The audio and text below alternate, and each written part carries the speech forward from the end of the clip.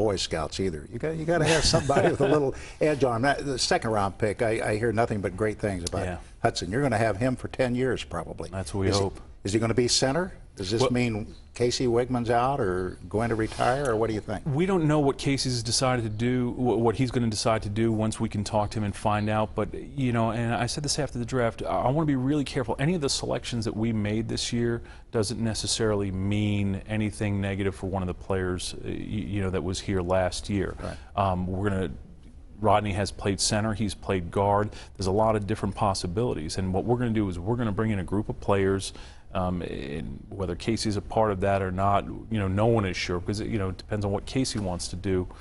But what we have to do is bring in as many good players as we can, have them compete, and let the chips fall as they may. Got a quarterback, drafted a quarterback for the first time in 5 years for the franchise.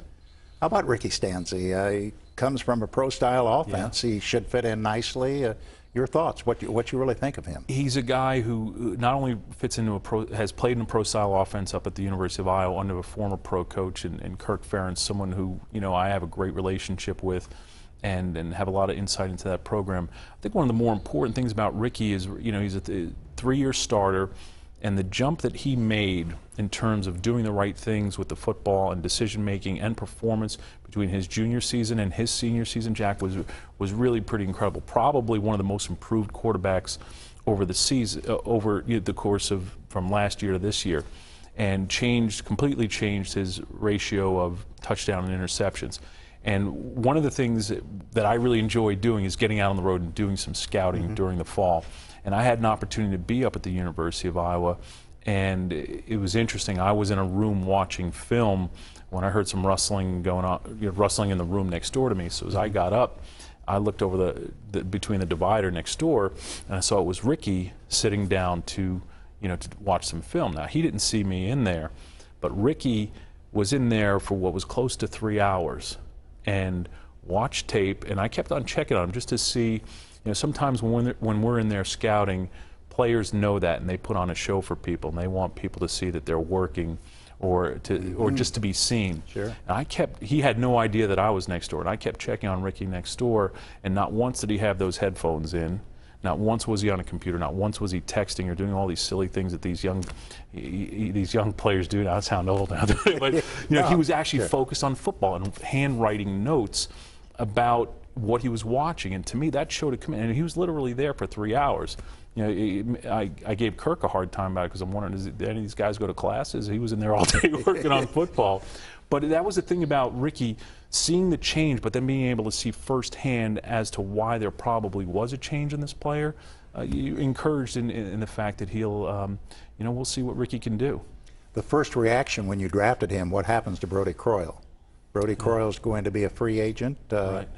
Will you keep Brodie Croyle? I mean, I know there are a lot of things that go into this, but what happens? Yeah, and again, a lot of that has to do with as soon as we can figure out what's going on here, when we're able to talk to players. Again, that doesn't necessarily mean that we're writing players off. I mean, we've gone to camp with 4 quarterbacks. We have to figure out exactly where players are. We may want players back that don't want to be back. You know, that it's not always our choice. It takes, you know, 2 to make a date. So we'll see what happens once this thing gets going again. You're pretty happy with this draft then, it sounds like, aren't you? I'm encouraged. And I've seen some good reports, I mean, from people that really know what's going on, say it is a good draft because you had some risk reward. Oh, that might be the kiss of death. If other people are saying it's good now, that might be the kiss of death. You don't know if you want that, huh? You know, we're encouraged by it, just like we were encouraged by last year's group of players, because, again, I felt last year that we addressed need, got good players in, and really got good people in, some really passionate football players that we're going to continue to add to the culture that we were trying to create here. We were able to get a couple of those players via free agency last year. This year, we had 9 picks, and we feel that we were able to we were really fortunate. It doesn't always fall the way that you want it to, where you're hoping things fall where you're getting a good player and addressing need, that you're not overreaching for a player.